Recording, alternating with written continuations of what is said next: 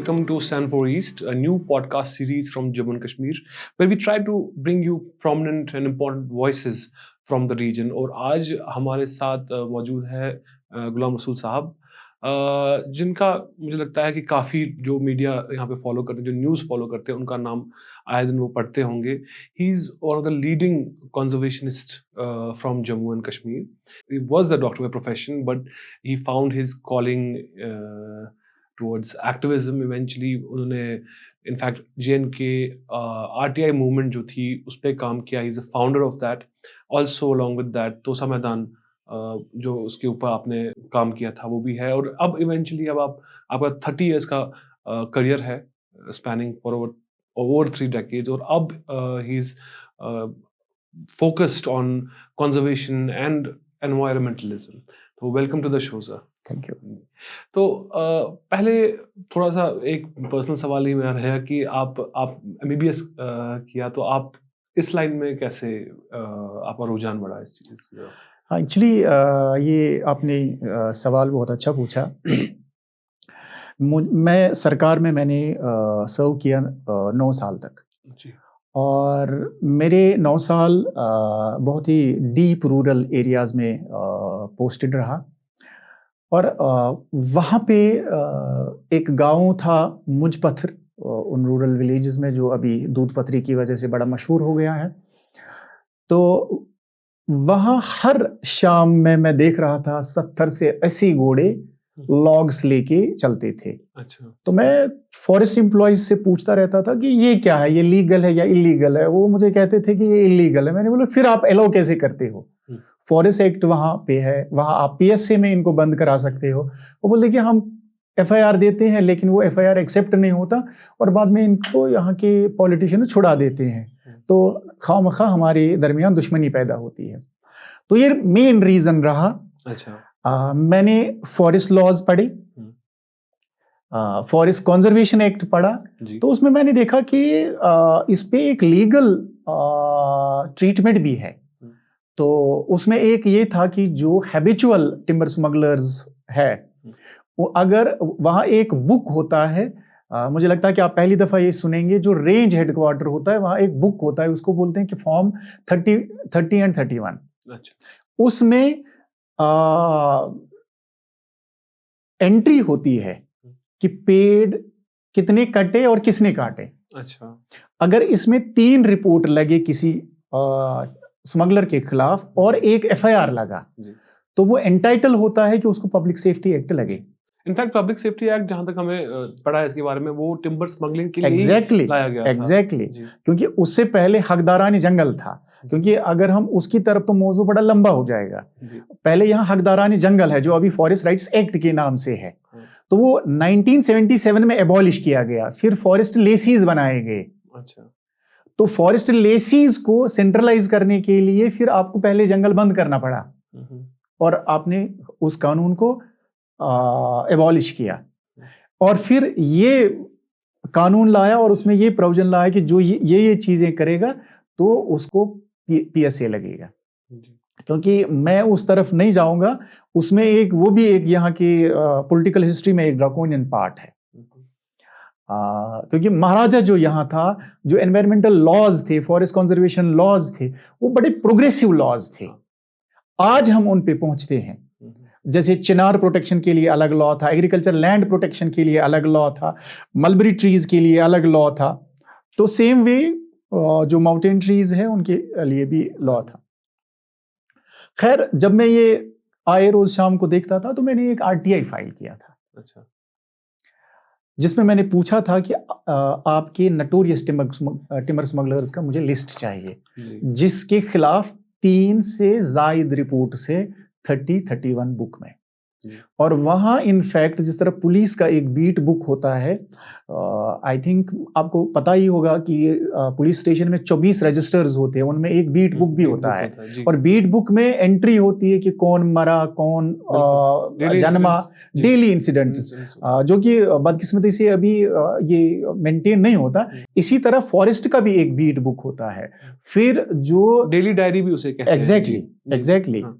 और उसमें भी इनका एंट्री होता है, इंदराज होता है। जी और फिर जो विलेज चौकीदार है वो भी उसमें एंट्री करता है जी चौकीदार बुक में।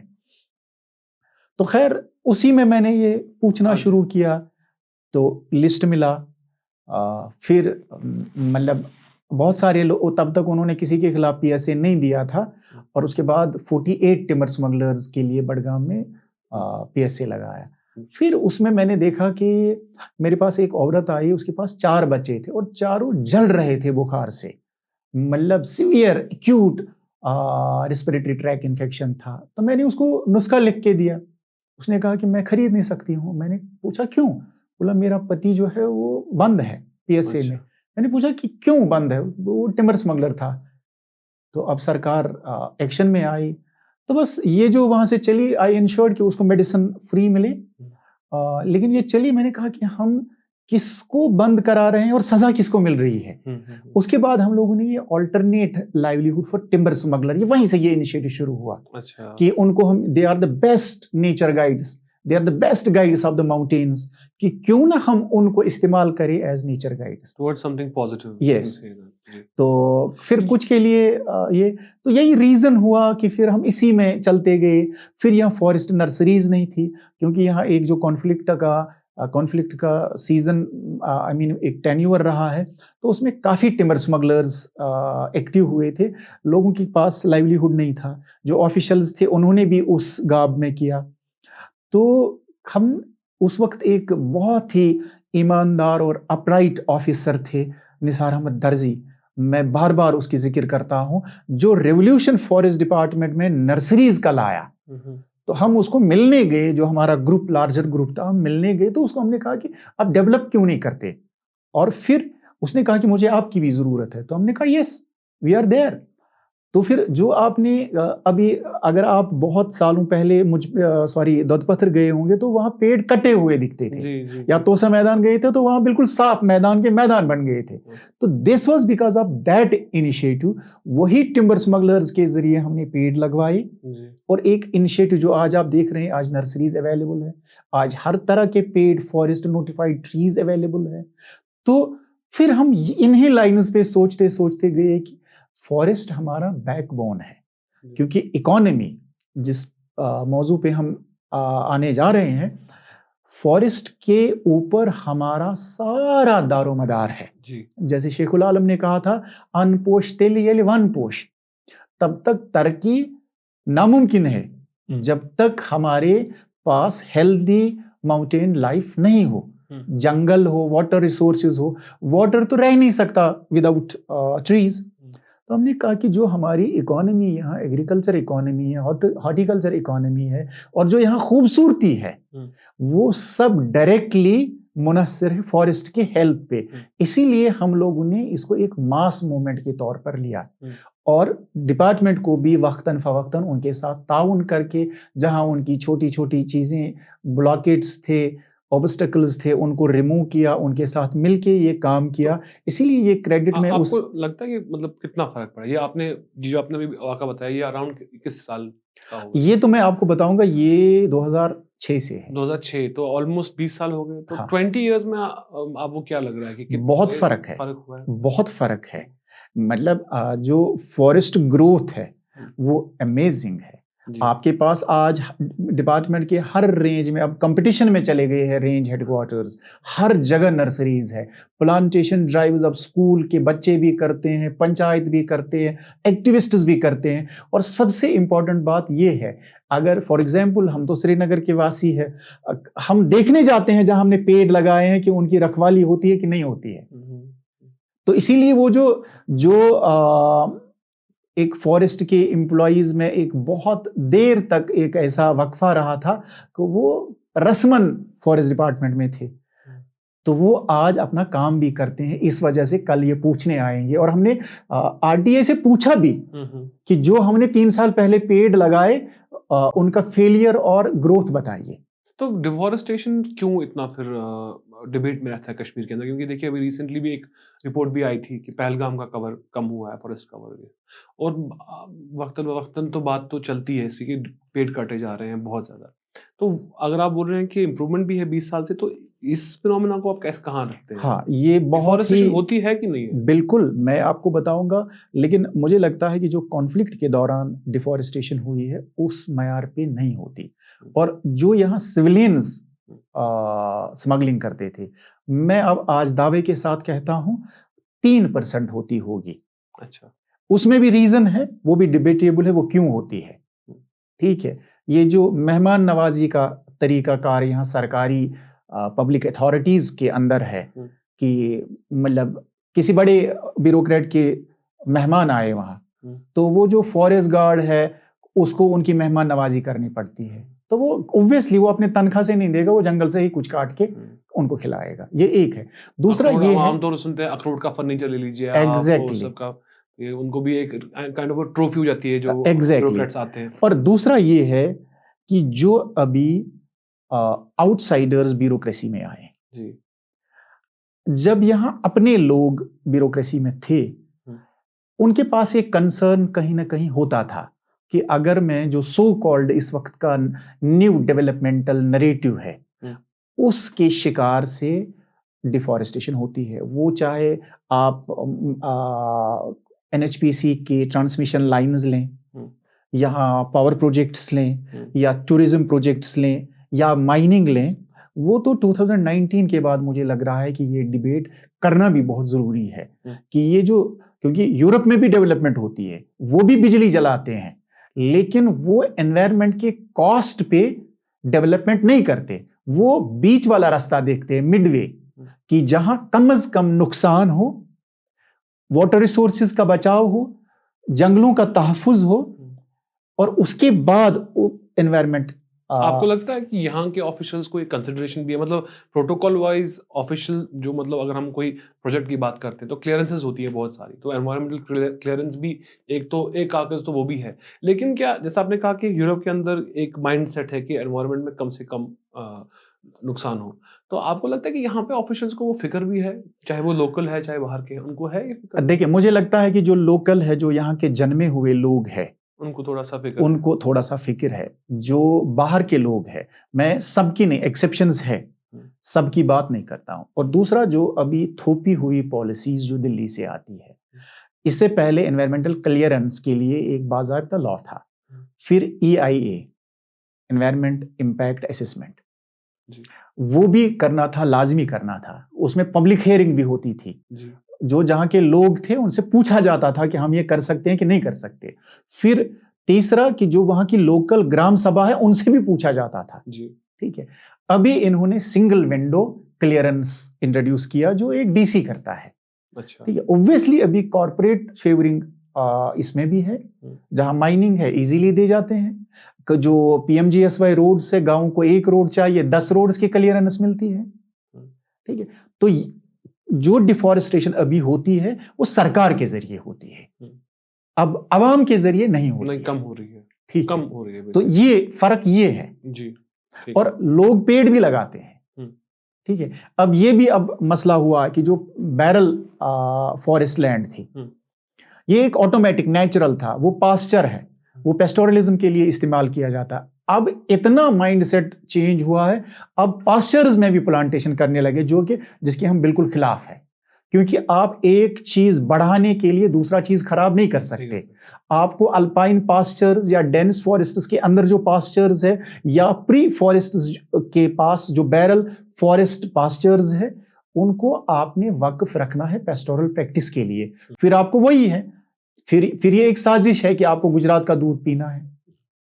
जी जी जी, ठीक है, बिल्कुल बिल्कुल। तो अगर ये साजिश नहीं है तो आपको सुधरना पड़ेगा।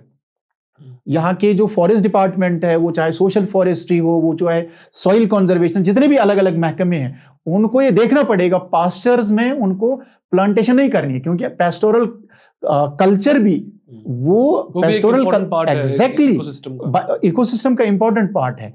हमारे लिए ये जो नायाब जड़ी बूटियां ये कौन उगाता है, उनको खाद कौन देता है? कम्युनिटी है जो हजारों साल से, जो नोमैडिक ट्राइब्स है, जो पेस्टोरल ट्राइब्स है, वो उन्हीं के जरिए ये ग्रो होता है। और दूसरा भी, रिसेंटली वाइल्ड लाइफ की कुछ रेडिकल वाइल्ड लाइफ NGOs है, उन्होंने कहा था कि ओवरग्रेजिंग कर रहे हैं, ये नहीं, गलत बात है। उन्होंने कभी ओवरग्रेजिंग नहीं की। उनका एक ऑटोमेटिक नेचुरल रोस्टर है जो फॉलो होता है। मैंने खुद डॉक्यूमेंट किया है, जो नोमैडिक ट्राइब्स है उनके ऑरल बाइलाज हमने डॉक्यूमेंट किया, दैट वाज फर्स्ट टाइम, और जिसको सरकार ने कबूल भी किया है कि ये है, और उनको फॉरेस्ट राइट्स के अंदर उसको एक मतलब उसका एक इकरारनामा भी मिला है। और ये हुआ ही नहीं, ये को एग्जिस्ट करते थे। आप अगर 30 साल पहले का डाटा लेंगे तो तब हमारे पास मारखोर जो सब्जी के ऊपर स्पेशल वेजिटेशन जो पीर पंचाल में है उसके ऊपर मुनस्सर है, वो ज्यादा थे। हाँ, यहाँ मारखोर कम हो गए यहाँ। एग्जैक्टली, हांगुल, हिमालयन थार, ठीक है। और मारखोर इनफैक्ट इतने कम हुए, रिसेंटली एक वीडियो आया तो बहुत सारे कश्मीरी हैरान थे कि वो एक ऐसा जानवर है जो थोड़ा आपको तो पता ही है कि पॉलिटिकल भी उसमें ये है, पाकिस्तान में रिप्रेजेंट करता है वो, लेकिन यहाँ पे कश्मीरी लोग बड़े हैरान हो गए कि यार ये यहाँ पे मतलब लोगों को पता ही नहीं था कि यहाँ पे है ये जानवर की नहीं, और इतना। देखिए मैं आपको बताऊंगा, ये तो जो लॉरेंस ने बुक लिखी है उसने तो लैंडस्केप मेंशन किया है कि कहाँ कहाँ है। जी जी जी, और उसकी जो बुक का तो वो जो हम लोग वाइल्ड लाइफ रिसर्चर्स है, हम लोग तो उसको एक बेसिक इस्तेमाल करके रिसर्चेस आगे बढ़ाते हैं।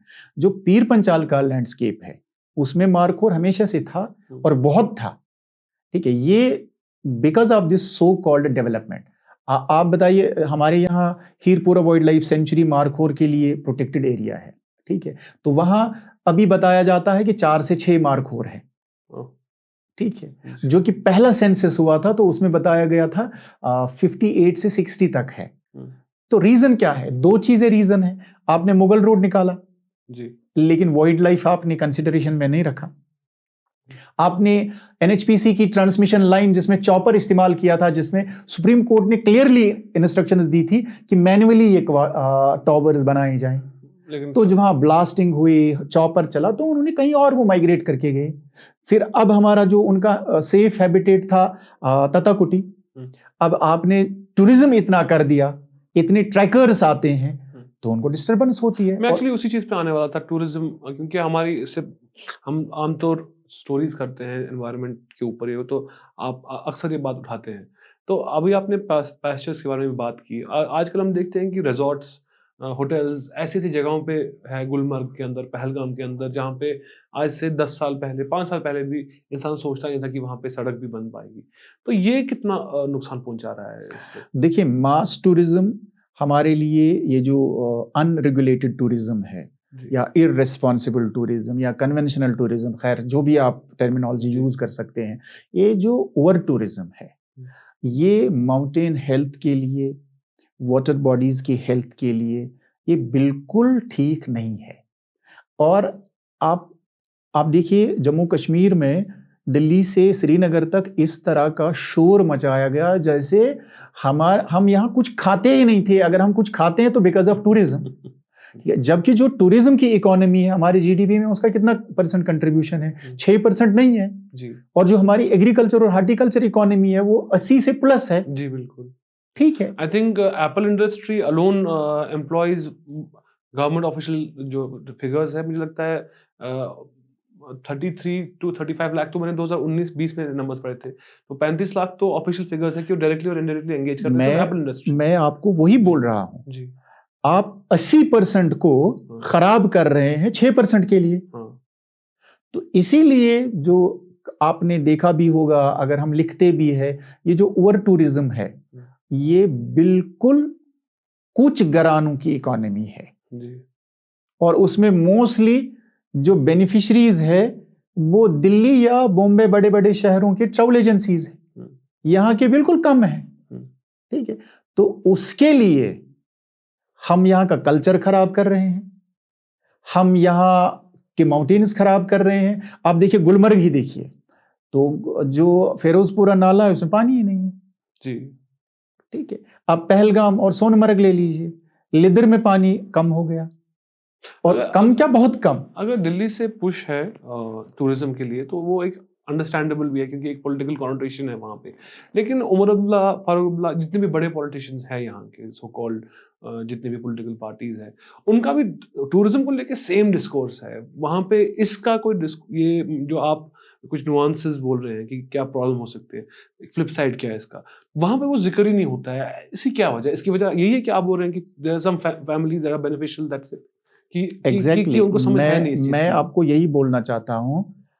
हमने 1 साल इलीगल कंस्ट्रक्शंस का डेटा मांगा गवर्नमेंट से गुलमर्ग के बारे में, और डेटा केम, हम्म, और उसमें 80% होटल्स जो थे उनका लीज ही नहीं था।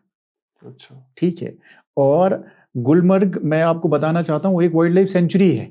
जी बिल्कुल, आप इतने परमिशन दे ही नहीं सकते वहां। जी जी जी जी ठीक है। जी, और गुलमर्ग बहुत ही इंपॉर्टेंट वाइल्ड लाइफ सेंचुरी है। ये कॉरिडोर भी है मारखोर का, जो उड़ी Kazinag wild life national park से माइग्रेट होते थे और फिर तताकुटी, और वहीं से वो स्प्रेड होते थे हीरपुरा वगैरह, और जो तोसा मैदान का अपर एरिया है उन एरियाज में।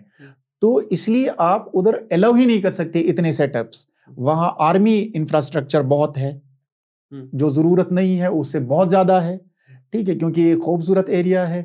आप देखिए, और होटल्स, तो यहां कोई मीडिया हाउस भी, मैं आज आपको ऑन रिकॉर्ड बोल रहा हूं, किसी ने हिम्मत ही नहीं की, क्योंकि यही कुछ घराने जो है एमएलएज, पॉलिटिकल पार्टीज को स्पॉन्सर करते हैं इलेक्शंस में, इसीलिए किसी में हिम्मत नहीं है। आप देखिए, सुप्रीम कोर्ट ऑफ इंडिया ने डिक्लेयर किया है कि जो वाइल्ड लाइफ सेंचुरी का बाउंड्री है, उससे लेकर एरियल 10 किलोमीटर ये इको सेंसिटिव जोन है। इसमें आप किसी भी इंडस्ट्री को अलाउ नहीं कर सकते, हॉर्न अलाउ नहीं है। तो यहां आप देखिए क्रू सीमेंट इंडस्ट्रीज, ठीक है, उनको कैसे परमिशन दिया? डेफिनेटली परमिशन देने वाले भी वैसे ही हैं। आप देखिए, वाइल्ड लाइफ बोर्ड भी है, लेकिन उसमें किसको रखा है? तो आपको अभी मतलब अगर हम क्योंकि ये अधूरी बात रहेगी। जी जी, तो गुलमर्ग में जो इतनी कंस्ट्रक्शन हुई है, तो रोकथाम की जो बात है, मैं आपको आज ऑन रिकॉर्ड बोलूंगा, जो वहां सबसे बड़ा रिजॉर्ट है खाइबर का, तो वो इलीगल है। अच्छा, किसने लीज दिया?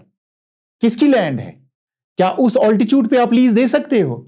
तो आपने ओपन किया, क्योंकि एक दफा कश्मीरियों ने अपोज किया था सेम ऑल्टीट्यूड पे कंस्ट्रक्शन अमरनाथ यात्रा वाले का, तो ये उसको ओपन करने के लिए पहले यहां किया। और जैसे आपने कहा कि जो यहां का गवर्नमेंट है, अभी इलेक्टेड गवर्नमेंट, वो भी बात नहीं करते, या तो उनके पास अंडरस्टैंडिंग कम है।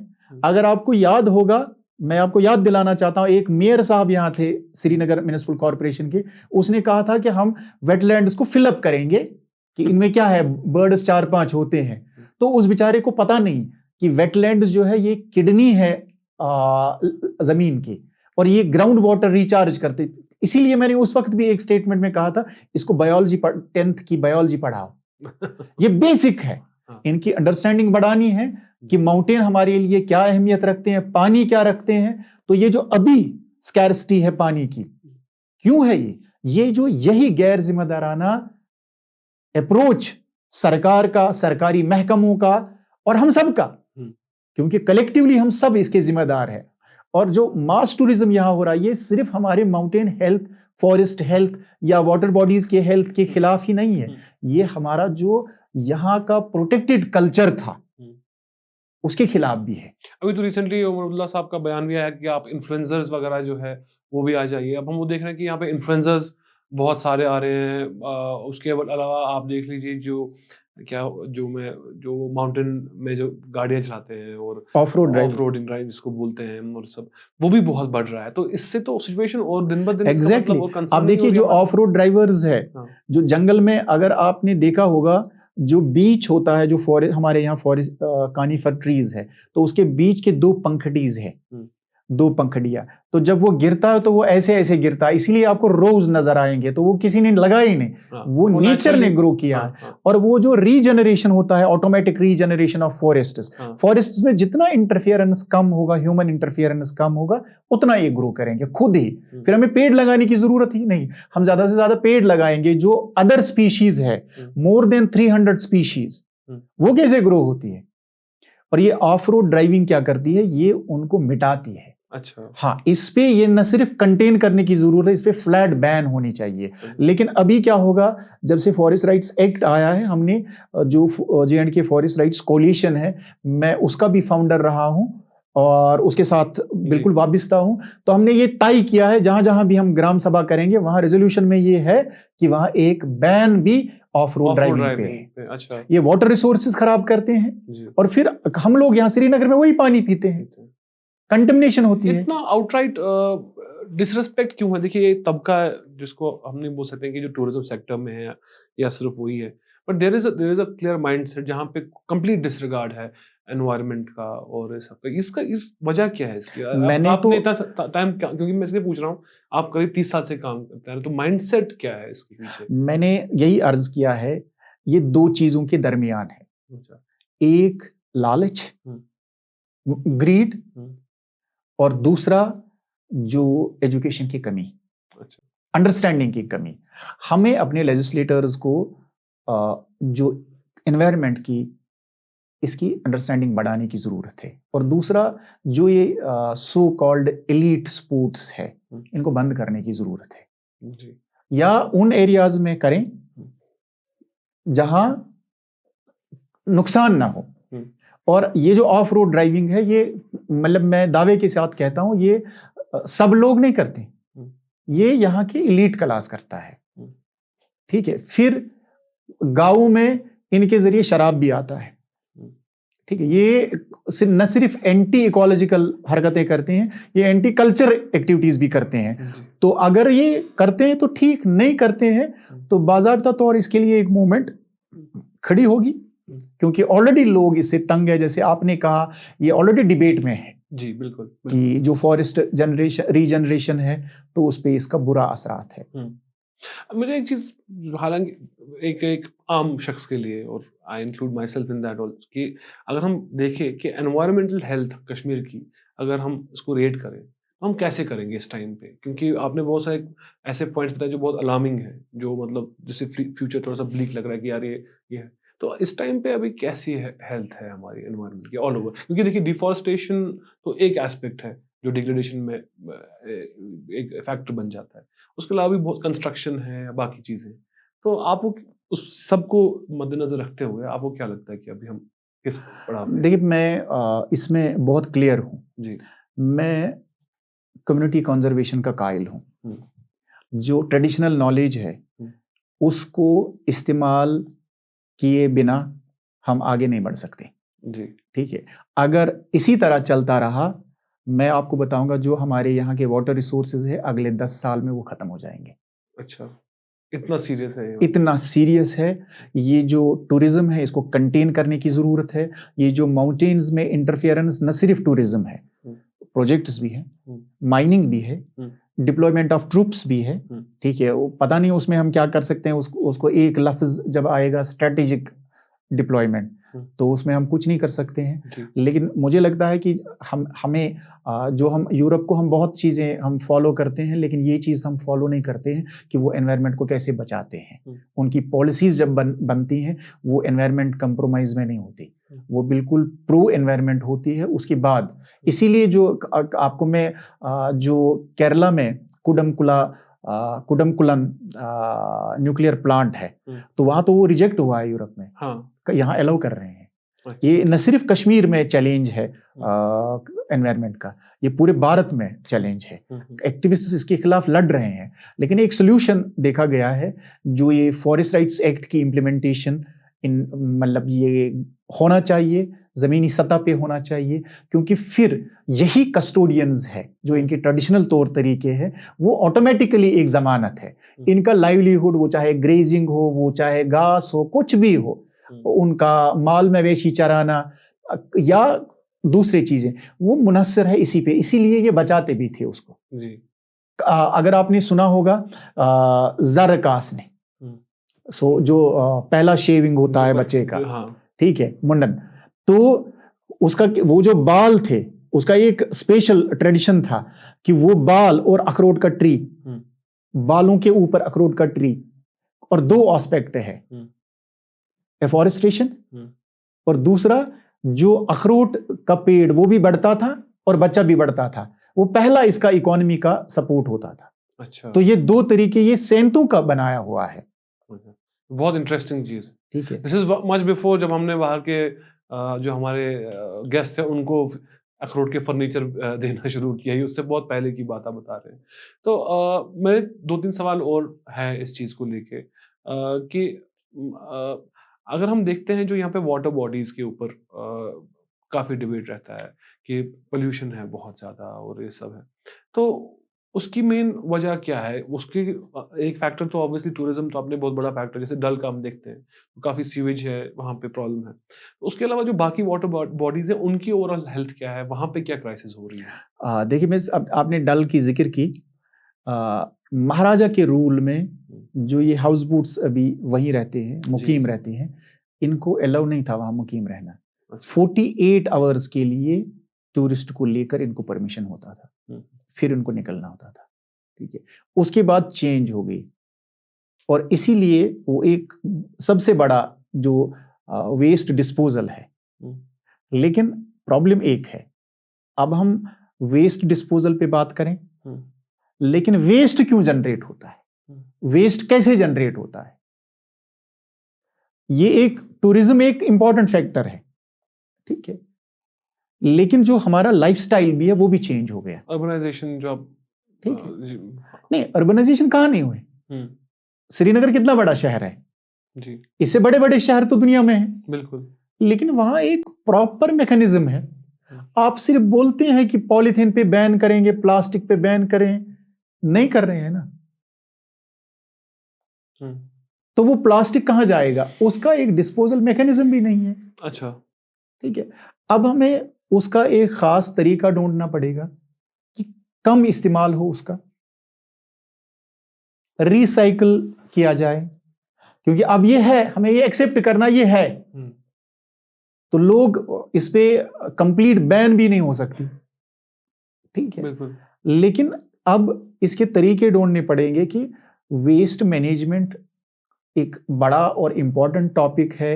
रिसेंटली 2 दिन पहले ही किसी ने इस पे एक स्टोरी भी की थी, पैसा भी आया है मैनेजमेंट के लिए, पब्लिक का पैसा खर्च होता है, उसके बाद हालात जो कि तू हैं। तो ये हमने प्लास्टिक फ्री भी बनना है, जीरो वेस्ट पे मैनेज करना है।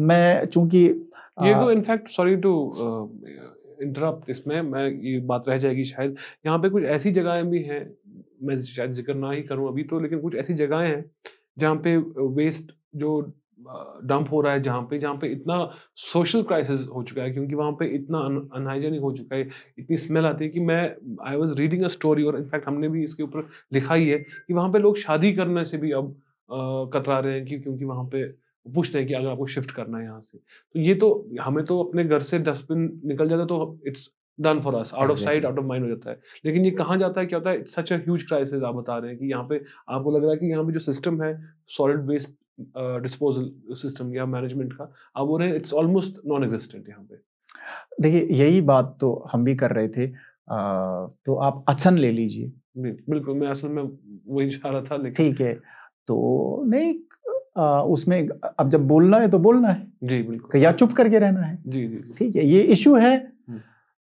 जैसे आपने कहा कि मेरे घर से डस्टबिन निकला तो मैं उसमें खुश हूँ, लेकिन ये जाता कहाँ, किन के लिए तकलीफ है। जी, और फिर वो ये नहीं है कि वो वहाँ के लोकल लोगों के लिए तकलीफ है। जैसे आपने उससे पहले मेंशन किया था वाटर बॉडीज का, जी, तो वहाँ आचार लेक है, बिल्कुल, आचार से आगे जाइए शालबुक वेटलैंड है, इंपॉर्टेंट बर्ड सेंचुरी, अभी रामसार साइट है जी, उसके बाद कुज्जर वेटलैंड है।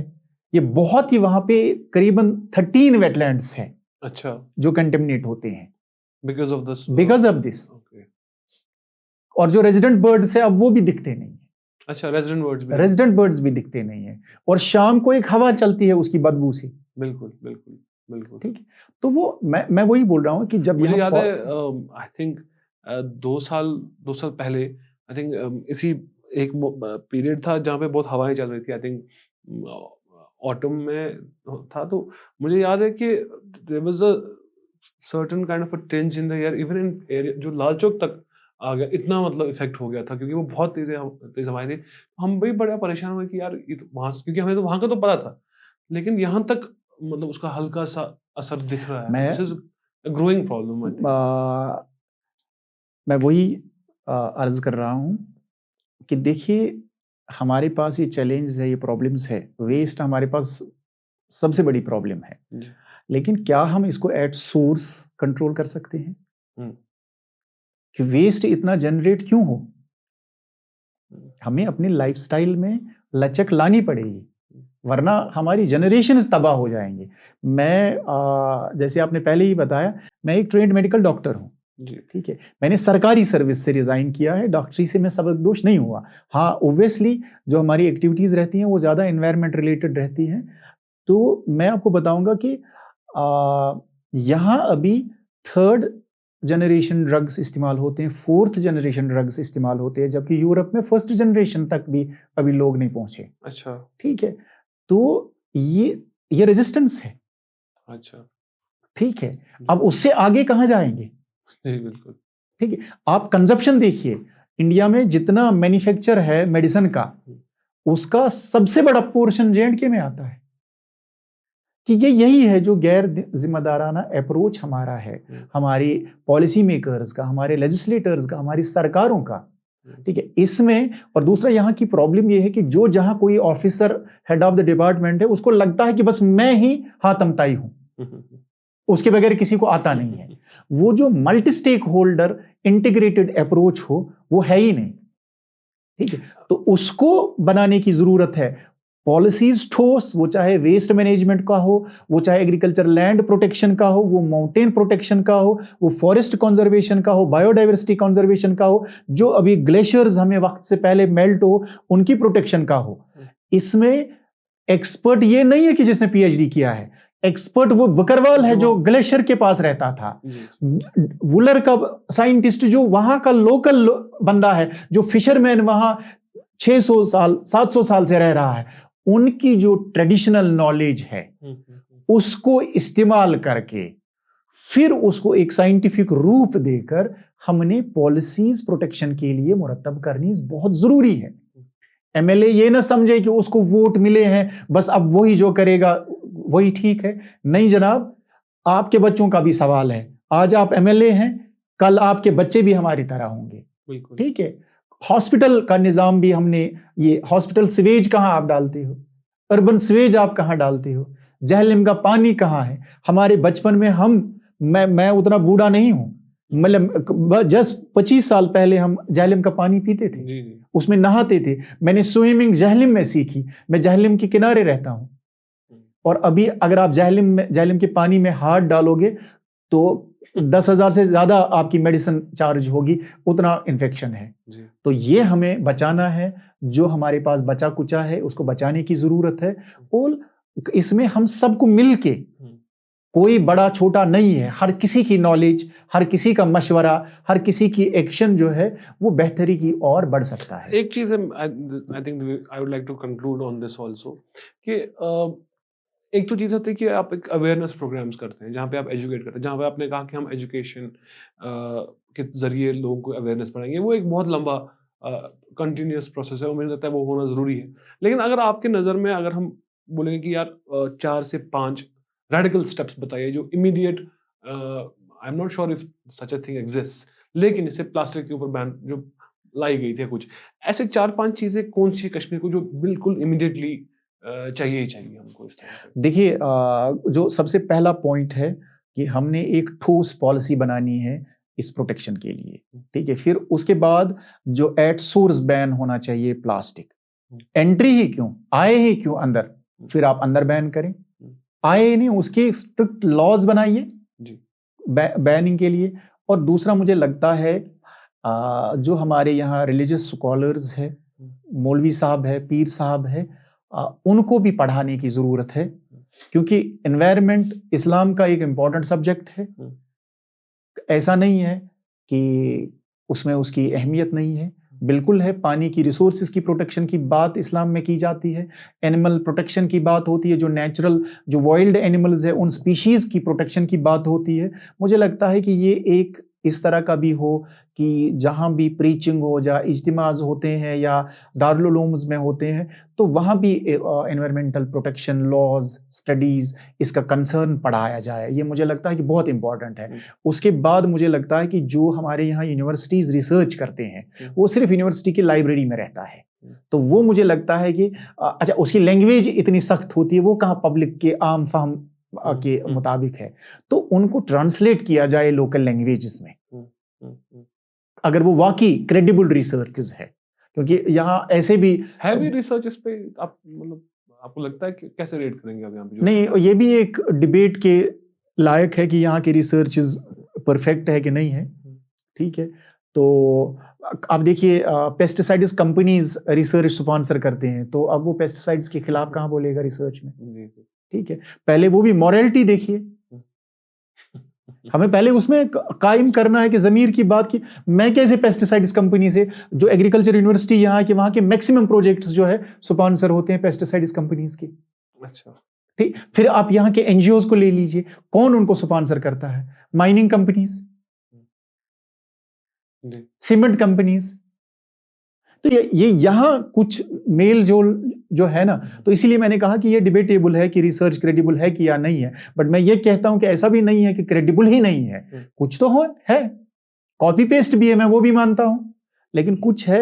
मुझे लगता है कि अगर है उनको ट्रांसलेशन करने की जरूरत है, और जो आम शऊर के मुताबिक ट्रांसलेशन हो।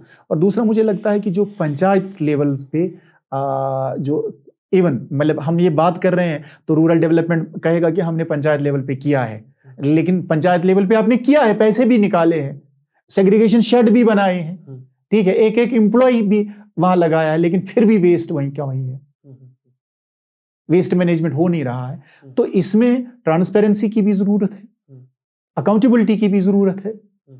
और ऐसा नहीं है कि चूंकि आप देखिए हमारे पास यहाँ चूंकि मैं जो यहाँ के बहुत ही इब्तिदाई आरटीआई एक्टिविस्ट्स रहे हैं, even among 12 founders of J&K RTI movement में भी एक हूँ। अभी आरटीआई भी बहुत कमजोर हुआ है जी, अभी यहाँ आपका कमीशन नहीं है, ठीक है, तो इसीलिए ज्यादा सीरियस नहीं लेते हैं अभी आरटीआई को लेकर। तो इस ट्रांसपेरेंसी और अकाउंटेबिलिटी के निजाम को भी हमें स्ट्रेंथन करने की जरूरत है। और सबसे बड़ी बात है कि जब तक लोग तैयार न हो तो कहीं ना कहीं हमें मॉरल एजुकेशन में हमें ये शामिल करना है जी, और लोगों को तैयार करना है। उसके लिए यही है दरसगाह, दारुल उलूम, मौलवी साहब, घर के अफराद अपने लोगों को ये करें। अभी दूसरा एक टॉपिक आपने छेड़ा नहीं तो अब मुझे याद आ गया कि जो यहाँ घर में 4 लोग रहते हैं, 4 की 4 गाड़ी इस्तेमाल करते हैं जी। एक गाड़ी में हम सब नहीं निकल सकते। एक तो आप जो फ्यूल है उसको आप बर्बाद कर रहे हो, फिर उसके लिए हमने माइनिंग करनी पड़ेगी जी। अगर यहाँ नहीं कहीं और करनी पड़ेगी, ठीक है, वहां का एनवायरनमेंट खराब कर रहे हैं। तो ये जो इंटरकनेक्टेड है, तो हमें कहीं ना कहीं बैलेंस करने की जरूरत है। तो हम सस्टेनेबल डेवलपमेंट की बात करते हैं, लेकिन सस्टेनेबल डेवलपमेंट किसको आप कहते हैं? हम इको टूरिज्म की बात करते हैं, लेकिन इको टूरिज्म में वही फिर से होता है, सिर्फ ग्रीन कलर करने से इको नहीं हो गया जी, ठीक है। हम भी कहते हैं कि जो टूरिज्म है इसको कंटेन करने की ज़रूरत है। यहाँ की जो हिल स्टेशंस है उनकी कैरिंग कैपेसिटी स्टडी करना पड़ेगा, ठीक है। या इंस्टीट्यूशंस है उनको करना चाहिए, या सिविल सोसाइटी ग्रुप्स को सामने आना पड़ेगा कि इसमें कोऑपरेट करके अगर दूध पथरी 100 गाड़ियां ही हजम कर सकती हैं, तो आप 2000 गाड़ियां, 10,000 गाड़ियां आप कैसे एलो करेंगे? अगर आप करेंगे कैरिंग कैपेसिटी से ज़्यादा, तो वहाँ के जो जंगलात है वो भस्म हो जाएंगे, वो जल जाएंगे, वाटर बॉडीज खत्म हो जाएंगे, जो आज हम देख रहे हैं, हमारे स्प्रिंग सूख रहे हैं, ठीक है, जो दिन ब दिन हमारे यहाँ न्यूज़ आती है। तो उसकी मतलब उस पे स्टडी करने की जरूरत है कि कैसे होता है, जहाँ से प्रॉब्लम पैदा होती है वहाँ कंट्रोल करने की जरूरत है। इस साल तो जो हाल बारिश और बर्फ नहीं हुई है इस साल, आई थिंक हम बहुत बड़ा क्राइसिस, इम्पेंडिंग क्राइसिस आने वाला है इस समर्स में, तो डेफिनेटली इसका इफेक्ट तो हो रहा है। क्योंकि हमारे वाटर बॉडीज सूख गई हैं, जो इवापोरेशन है वो नहीं हो रही है जी। तो इसीलिए बारिश स्नो भी नहीं होगा जी, ठीक है, मौसम एक्सट्रीम होगा। तो हमें कहीं ना कहीं अब कि हमें सोचना पड़ेगा मेरी ये गुजारिश है सबसे, इसमें कोई ईगो ना लें, अपनी जाती तौर अटैक ना लें। हम सबको एज कम्युनिटी इस पे गौर फिक्र करने की ज़रूरत है, और जो बचा हुआ है उसको बचाने के लिए हमें कोशिश करनी है। वो चाहे साइंटिफिक इंस्टीट्यूशंस हो, वो चाहे सिविल सोसाइटी ग्रुप्स हो, वो चाहे आम शहरी हो, सबको मिलजुल के, या यहाँ के लेजिस्लेटर्स है, पॉलिसी मेकर्स है, अब हम सबको संजीदा होना चाहिए। ये पानी कम क्यों हो रहा है? जो बढ़ता हुआ वार्मिंग है, आप देखिए हमारे यहाँ 29 से बढ़ता ही नहीं था 30 साल पहले टेम्परेचर, अब कहाँ पहुंचा? एक्सट्रीम गर्मी हुई है। तो इसके कारण हमें अब सुधरना है। जी जी जी। ठीक है। मैं बोलता चलूँ कि अब क्योंकि हमने इसमें, आप काफ़ी पैशनेटली बात करते हैं, तो इसमें हमने, जैसा आपने कहा, किसी को पर्सनली नहीं लेना चाहिए, this is for all of us, yes. And specially from my side tourism sector जो है, उनको तो बिल्कुल नहीं लेना चाहिए, क्योंकि इतना सारा फोकस है उनके ऊपर। They should also be responsible कि this is a place which needs to be protected. ठीक है, एक सेक्टर है वो 6-7% जीडीपी करता है, it's not a major sector है। सबसे बड़ा सेक्टर तो हॉर्टिकल्चर, एग्रीकल्चर ही है, जिसके ऊपर इकोनॉमी कश्मीर की चलती है, जो बैकबोन, स्पाइन बोले, जो भी बोल रहे हैं आप, नर्व सिस्टम, वो इम्पोर्टेंट है। And I think we as a community should prioritise our in a sense our preferences कि कहाँ पे हमारा एनर्जीज लगनी चाहिए। But it was really a learning experience for us to talk to you, and we're hoping to invite you for more conversations in the future. That is it from our side. I would request our audiences to please like and subscribe our page.